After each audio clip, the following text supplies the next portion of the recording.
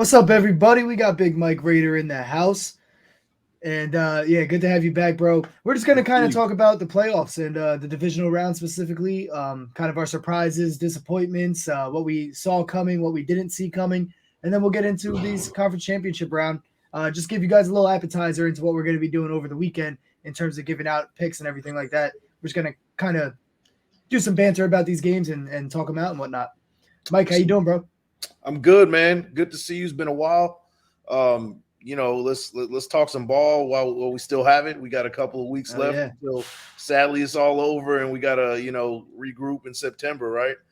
Yep. Hey, I'm sure it seems like it's going to be a fun, and if not fun, then at least definitely interesting offseason for the Raiders. So I'm sure you'll be enjoying that offseason as producing content in terms of what they're doing and everything like that. So you got a long time going, but I only got a couple more weeks that I can get these bets in for the NFL until next year, unless we're betting on the NFL draft and stuff like that, which I don't normally do personally. There's no value really unless you're, somehow right and everybody else is wrong about who the number one pick is and things like that. That doesn't happen. And at that point, you got to be kind of like an insider. Exactly. We all got the same information, so I'm rolling with whatever you guys are rolling with. But yeah, man.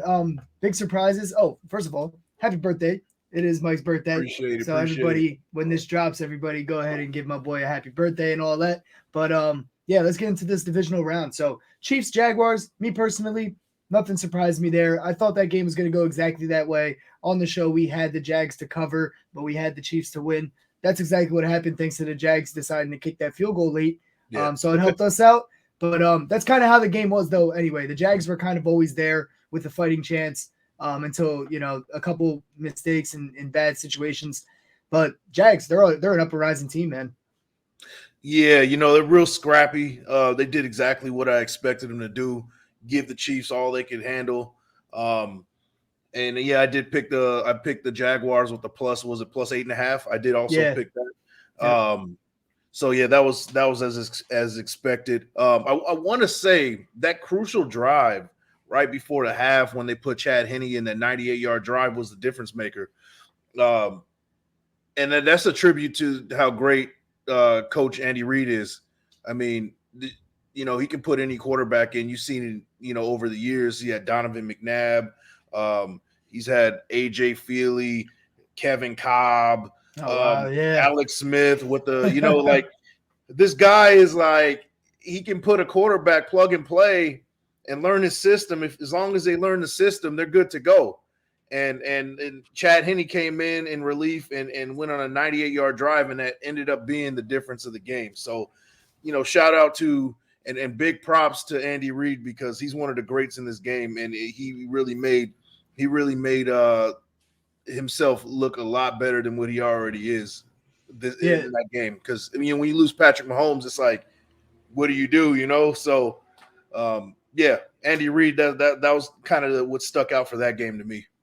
Yeah, I would say it speaks volumes also about, just how well-rounded the offense is with the weapons that they have. Now, obviously, without Tyreek Hill this year, that weapons room kind of, it was a little less. Like, it was more weight on Kelsey's shoulders with Tyreek Hill leaving. But that was good proof and evidence of, like, this team is still pretty elite, well-rounded all around, offensively at least. But, yeah, and you're right. Over the offseason, a lot of people would say, oh, Patrick Mahomes is the reason Eric Bieniemy is having this success and Andy Reid is having success like this. Yeah. You're right. We just saw a very crucial drive. It definitely was a huge factor in the overall outcome of that game with that backup in and Patrick Mahomes out. Speaking of Patty Mahomes, though, when let's flip to next week against the Bengals here. The Bengals look really good against the Bills. We'll keep it AFC for now, and then we'll get back to the NFC since we're going that route. But his ankle's a little banged up there, man. And I the way the Bengals played against the Bills there, if his ankle isn't 100%, if he's out there limping around, now I know Patty Mahomes is tough. I know he's real talented. He can beat a lot of teams in the NFL with one leg. Yeah. This Bengals team is firing on all cylinders. They haven't lost since I think November 6th. Yeah. It's not a good recipe if Patty Mahomes isn't coming in 100%. Yeah, that's going to be a big problem. And, high ankle sprain, he's saying he's going to be 100% when he comes into play. I don't believe that. High ankle sprain usually takes weeks to recover from. He's going to be heavily taped up, heavily probably sedated. He's going to go out there and give it all he can, but he's still going to be limited with mobility. He's probably going to be able to stand in a pocket and still deliver a shot. But the mobility, the improvisation that he does a lot in games, like that's going to be very limited. That's key to his game. Yeah, like that, that's real key to his game. It's 100% key to his game. And versus that pass rush against the Bengals, they made Josh Allen look like he didn't, he was lost. He didn't look like himself. And if the Bengals get after Mahomes, it looks like the Bengals might be going back to the Super Bowl. Yeah, and they were all over Josh Allen, So, Yep. And Josh Allen's usually a lot better at like getting out of that and still looking downfield or even just taking off to run and things like that. But they had him swarmed up the whole day. And I wanted to say this too. I mean, RIP to our Bills future that we had since August. Yeah, same. We had to say RIP to our Bucks future last week. Yeah. This week it's the Bills that go down. But I did say on the show that I was worried about the Bengals. Like, I wasn't too confident. It was more so of I'm picking the Bills because I've had them the whole year and I'm right until I'm wrong. Well, I was wrong. But I was kind of right because I was scared by the Bengals. And it definitely came into fruition. And, I mean, what I will say about the Bengals side, though, is they looked very dominant, but they did not get the best out of the Bills. You know what I mean? No. That wasn't the best Bills game. And the Bills have been very up and down this season, despite their record. Pulling out some close games against mediocre teams. In that sense, they've been up and down. Josh Allen, always a turnover problem there. But yeah, he didn't come to perform, man. And it's leading a lot of people. I'm seeing a lot of people making the comparison to Phillip Rivers. They wear the same number. Yep. Regular season stats, regular season records. Yeah. They can't win the big one. What do you think? It might be a paper champ situation type of deal. I mean, you look at Phillip Rivers is like at the beginning of his career, like he was going to those big games, and then as years kind of progressed, he was missing the playoffs. He was one and done in the playoffs, so he is kind of on that trajectory. I mean, it's a good parallel, and their window is closing. They spent a lot of money bringing in guys like Von Miller. They brought in a lot of guys to bolster that defense in a kind of a win now situation. And once that money's up, what's going to happen? You spend all this money on Josh Allen. I've always said that the best recipe to win in this league is with a quarterback on the rookie deal. And then you build around that quarterback. That's why you see, that's how you saw with the Chiefs, their emergence, because they had Patrick Mahomes and they built around him. Well, here, let me add this too. Every other team that made it, you included the Chiefs there. Now, obviously, Patty Mahomes is out of that window, but they had that exact success in that window. It led to them paying him half $1 billion or whatever. Right. But that was the price they had to pay at that point because it already worked. They already had that success. They had pieces around him already there and everything like that. You look at the Bengals, that's exactly what they did. They drafted really well and built a great team around Joe Burrow within that rookie deal. You look at the Eagles, same thing. Went and traded for A.J. Brown, completely changed their offense, made them super dynamic. Yeah. And then you got the situation in the 49ers where obviously, they weren't expecting to have Brock Purdy playing, but he is in his rookie deal, Mr. Irrelevant from this year. Yeah. But Trey Lance was the original plan with a really good defense and a lot of weapons. Yep. And then Jimmy G is there. Obviously, that's a different story as well. But like when it comes down to it, the starting quarterbacks this week are all following that path, and there's success that comes from it. And what my next question will be is when are we going to stop overvaluing these quarterbacks? Because this is a recipe that we constantly see, and then as soon as they get that big payday, they're nowhere to be found. You see the same thing with Dak Prescott. He got $40 million, and now they're in a cap situation where they're kind of stuck with him. Do you cut him? Who's going to want to take on that $40 million? Yeah, Patrick Mahomes is a special case. He's probably one of the few in this league to deserve that kind of money, that $50 million. He's a game changer. Joe Burrow's heading there. Joe Burrow is probably on that list as well. There's only a handful, but the problem with that is that you set a market, right? And then the guys that are kind of in that B tier, that lower tier, they look at the market and they're like, okay, I want slightly less than that. But that slightly less is way too much money. The Derek Carrs, the Dak Prescotts, the Kirk Cousins, the guys that are Well, getting paid way too much money. and Deshaun Watson fucked the game up too in that regard. Right. Yeah. You With know. and too much guaranteed money, and it's going to be the same thing with Lamar Jackson. I don't think he deserves the money that he's going to probably get. Yeah. Because I was going to say, my Ravens are heading down that slippery slope that you're talking about. Your Raiders went down it with Derek Carr. It didn't end up working out. Right. So yeah, no, I'm with you, man. I'm following.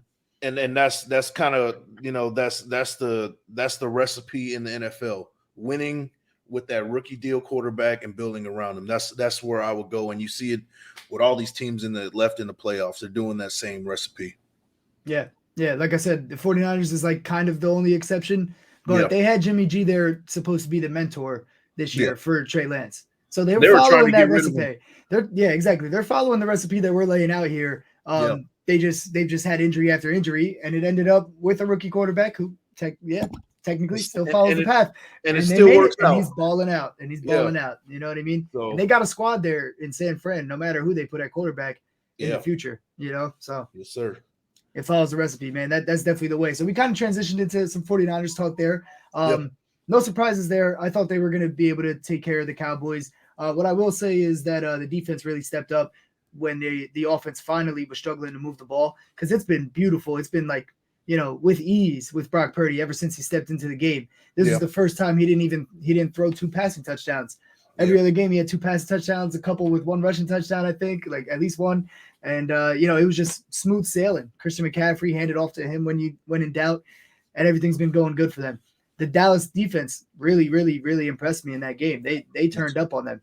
And if it wasn't for Dak, speaking of him, throwing a couple of those interceptions, Cowboys maybe come out with that win. But when the 49ers and Brock Purdy finally asked the defense to step up and make it happen for them, they answered the bell. And that was impressive for me. So I really like the 49ers going into this game with Philly. Yeah, that's going to be a dogfight. 2 things, man. 2 things. First, there's a lot to be said for a quarterback who is coachable and is in the right fit with the system. Brock Purdy's in the perfect situation under Shanahan, and it shows. He's slightly above the game manager level. He's throwing touchdowns, he's taking chances down the field, and he's successful. But it also helps that he has a defense to, he can be a little bit more confident with getting the ball down the field, because he knows a lot of the times that defense is going to bail him out if he makes mistakes. So exactly. And then he hasn't been making mistakes. Like, they weren't moving the ball not because he was making mistakes against Dallas. They had a really good scheme, and they were just, locking them up. Right. They just weren't getting first downs and stuff. He still wasn't turning the ball over and just making mistakes left and right. We haven't seen that rookie moment yet. And that's the part that would scare me, is that, I hope that doesn't come up now, or even if they advance and it comes up in the Super Bowl when the lights are on. That would suck, for like the whole story. I'm rooting for this kid at this point because of how well he's been playing. So, go ahead. And then on the flip side, do you think the game is a little bit different if they start Cooper Rush? If the Cowboys start Cooper Rush?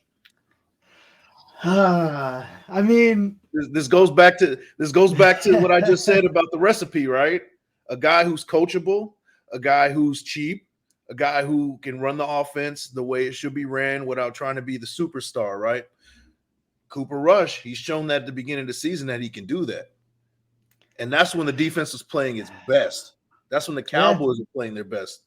So I say if Cooper Rush was in that game, I think maybe the Cowboys would have advanced. See, here's the thing. So I could maybe see that possibility, right? Mm-hmm. But Dak was lights out against the Bucs in the wild card round to get them there. Now, the whole season. Now, look, we made jokes on this channel already a couple times about how he missed like 6 weeks, 6 games or whatever, and still was fighting for the crown for most interceptions this year. Yeah. So all season it is what it is. But like, they were in a position to be in the playoffs, win or go home. That's all any team really asks for at the end of the day. If you get a home field advantage, if you get a bye week, that's icing on the cake. But like, you're in the playoffs, you're alive, win or go home now, let's ball out. he did that the first week. So I don't want to, take that away from him because he really Yeah. did ball out. But he had some costly turnovers. And after those costly turnovers against the 49ers, it didn't look like he had much confidence left in him for the rest of the game. And Yeah. it definitely hurt them. So, in that case, if Cooper Rush was in, would they have been dealing with those issues? Maybe not. I think the biggest thing that it came down to on that offense was Tony Pollard breaking his leg and getting out the Yeah. game. Losing that Yeah. dynamic is, I think really hurt them. Obviously, the turnovers by Dak did. So, I'm not going to argue there. He needed to not do that. But especially where those turnovers took place was terrible. But Tony Pollard going out, I think that's what really killed the Cowboys offense. Yeah, I think that Pollard being gone was that was a big blow. I would say it's probably even bigger blow than the turnovers. Because they were in the game despite the turnovers, regardless. You know what I mean? Right. They have Tony Pollard for a couple of those last drives. We might be looking at a different script, different story for next week. Right. So, and that's the beauty about the NFL, right? It's a game of inches. Is a couple of plays here, a couple of plays there that kind of switch the outcome. And then that's what we got for that game, man. It's just a couple of plays here, a couple of plays there could have changed the outcome. Yeah, and then I guess we might as well talk about the Eagles-Giants game. It was the most boring game of the week, but I will say this, as dominating as the Eagles looked, that was not the best Giants performance that we've seen this year. That was one of the worst, all around. I think the hype caught up to them, the talent caught up to them. But even despite that, they didn't give the Eagles their best shot. So, it doesn't make me ultra confident in the Eagles that they were like the one team that straight up dominated their divisional round matchup. You know what I mean? I kind of expected that to go that way. I didn't really expect it to go that way. Actually, I shouldn't say that. I would have took like the Giants like plus 17.5 or something like that. And thought that was super safe. You know what I mean? I thought the Eagles would win. I thought the Eagles would probably cover 7.5, but I thought it was going to be more so like that Jags-Chiefs game where they give them everything they got, and then halfway through the fourth quarter, it's just like, all right, there's a little too much talent on this side, and it just starts catching up with them, and they lose by like 10, 15. You know what I mean? That's how I thought that game was going to go. It was ugly from the start. I was not expecting that. It was the perfect storm, right? It was like, you knew that the Giants had problems with protecting Daniel Jones. We already knew that. And then we knew that the Eagles pass rush was the best in the league. They had like 70-something sacks, which is third most in NFL history. So it was, you knew it was a perfect storm, and it just happened. It happened in a playoff game, and that defense looks like they're playing their best ball at the right time. Yeah. And, that's why I say that 49ers-Eagles game is going to be an absolute dogfight. It's the number 1 versus number 2 defenses in the league. And, man, this is probably going to be the game of the year. It could be possibly the best game, better than the Super Bowl. Usually the championship games deliver better than the Super Bowl. So, yeah, no, it's true. I mean, we saw last year with that. I mean, we got the rematch of last year's AFC. So I don't know if you can go as far as saying that because we're seeing that one again. That was a really good game last time. Yeah. No, but we'll see. We'll see. Definitely. I mean, I could see it. It's a great matchup. We haven't seen it yet. Both offenses are pretty dynamic too, despite, I mean, we talked about how their defenses are really good. Top 2, both of them. Offenses as well. If Brock Purdy's on his game, that offense is electric. And Jalen Hurts looked pretty good against the Giants. He looks healthy and everything like that. As long as that's holding up, they're going to be electric too offensively. So that'll be a dogfight. I agree. What's your pick in that one off the top of your head if you want to give a pick out or anything? But I'm just picking a side or anything. So playmakers win games, right? I think Jalen Hurts, he's the MVP candidate. He's the main guy. He's the star of these two out of all these two teams. However, I do see the coaching matchup being playing a difference. You got Sirianni, who's great, and he's probably going to win Coach of the Year. But you got a guy who's been proven and who's been here in Shanahan, who a lot of those guys on the 49ers have been where they are right now. They have the pedigree. Just last year even, Yeah, they have the pedigree. Shanahan's been there before. I think that he's going to protecting Purdy. He's going to put him in good situations. That defense is going to play lights out, and I got the 49ers winning this game 20-17.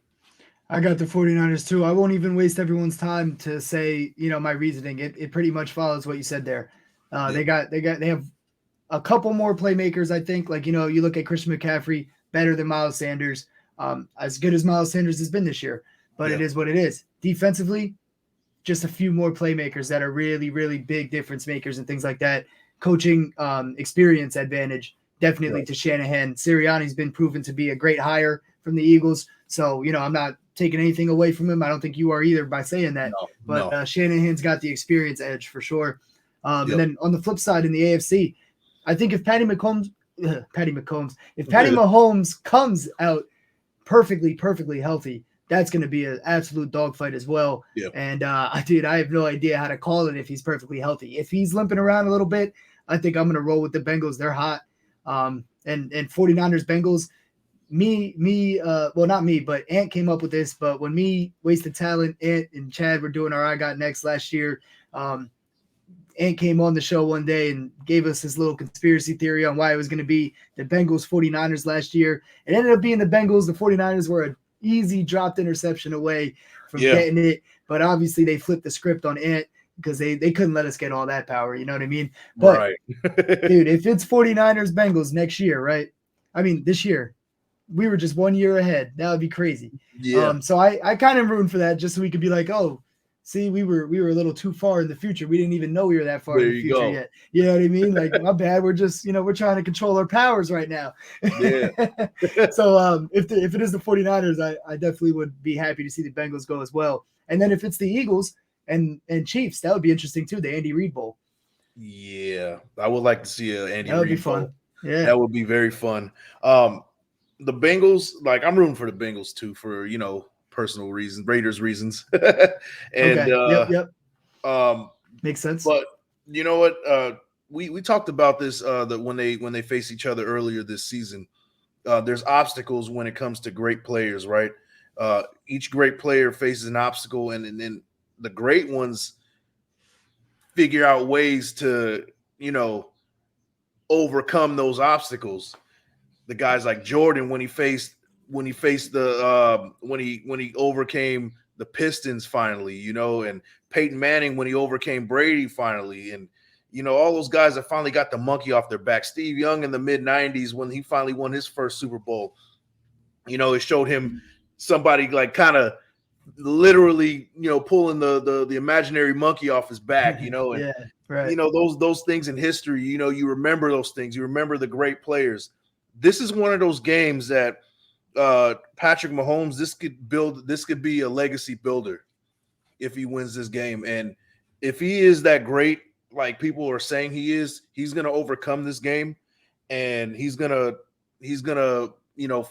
overcome that obstacle like the greats always do and win this game. And I really think he is. I have a feeling he is. So I'm going to go Chiefs. Finally getting over the hump over those Bengals that has been dominating them for the last 2 years and winning this game in probably a high-scoring game, 34-30. Okay. Yeah, see, I was already thinking toss-up, but for the same reasons that you just listed for Patrick Mahomes and the Chiefs, I'm going to go with the Bengals here to make things interesting since we both picked the 49ers. At least we'll have one that we can, banter about next week and whatnot. But yeah, I'm going to go Bengals because I love the reasons that you just laid out for Patty Mahomes. But I love the fact that they could apply to Joe Burrow as well. If he comes out and gets this win, goes back to the Super Bowl, back to back, win or lose. I mean, if he loses again, that's tough. Going twice in a row and losing, like you don't know how many times you're going to get a chance to get back. But at that trajectory, he'll be back a couple times anyway. But if he goes back, if he wins that duel 34-30, but Bengals win over Patty Mahomes, who has that legacy already, I mean that just double boosts Joe Burrow's legacy. Yeah, back to back in his first 2 years of actually, being on the field the whole season. Yep. I mean, so I love that narrative for both sides, though. So I'm just flipping because it was already a toss up in my head. So I'll make this interesting and go Bengals for the same exact reasons you said. I like Joe Burrow. More than I think about it, this is a legacy game for both guys. It's 100%. This is a career defining moment game for both of these guys. They've played each other multiple times, and man, Bengals have gotten the good Bengals side of got that an upper hand battle so far. So if Joe Burrow wins, he continues that dominance. Then you can solidify him. You can make an argument for him being the best quarterback in the league. And with this win, and it'll be a winnable argument if you said that Joe Burrow was if he wins this game. So Yeah. yeah, I it's mean, you good. think about it, everybody had Josh Allen number one for most of the season Yeah, because Patty Mahomes is just you know how it goes in media and when you're thinking about a recency bias, Patty right, Mahomes, he's been good for so long that you're not even like, oh yeah, that's the best quarter. You're like, what he did right there was pretty average for him. He right, was a little better last year, like right. you're not looking at it that way. Everybody had Josh Allen number one, but you would have Patty Mahomes number two in that case. And Mhm. so he ran through Josh Allen last week. If he runs through Patty Mahomes this week and back-to-back Super Bowls in his first 2 years, starting the whole season and everything and not getting hurt, Yeah, I mean, that would be amazing. So, it would yeah, be. this is a legacy builder on both sides. That's going to be a real fun one. Me and Chad for sure are going to be back Sunday morning or Saturday at some time to give our official bets for this weekend. Yeah, Mike, if you're available, we'll figure that out too. So Mike might be there yeah. if possible. But yeah, other than that, you had any other thoughts that you wanted to get out for this game No, or we for this unpacked that weekend? one pretty good. Oh yeah, no, great show. Happy birthday again, Thank you. and yeah, everybody, when you see this, drop a happy birthday in the comments or in the replies or wherever you're seeing this and everything. Shout out to menoforder.com as well. Shout out to Raider Nation, and give a shout out, Mike, to your podcast as well. Yeah, we're mixing up some things right now for the off season. Big Mike Raider on YouTube. Right now we're gonna do some draft coverage, but I'm gonna be doing like a weekly variety show with me and my brother.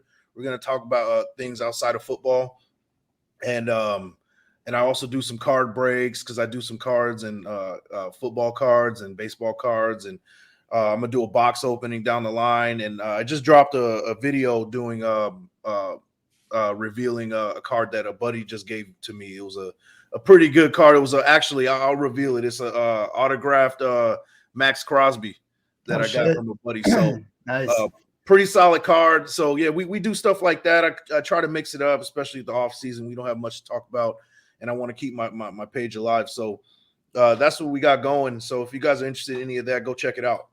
Yeah, hell yeah. The link will be right there in the description box. So yeah, just check that out right there. Click the link, hit Appreciate it, man. subscribe for the homie, and hit subscribe here if you're not subscribed here as well. Me and Chad will be back this weekend. Happy betting, everybody, if you're betting these games. Peace. Peace.